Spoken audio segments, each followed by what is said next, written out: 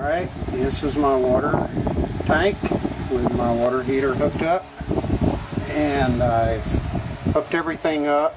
Here's my flow jet pump over here and my switch box. So I'm going to turn on the water, and if you'll watch, you'll see the light turn on. It turned on and then it turned off. If I hold the little switch open,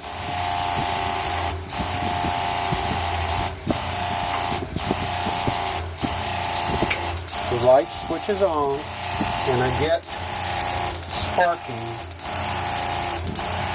and then it cuts off. So not quite sure.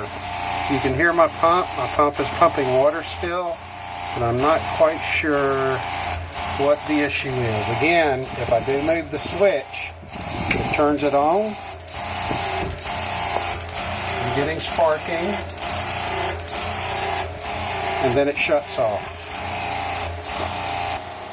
And to show you, I am getting good water flow out of the pump.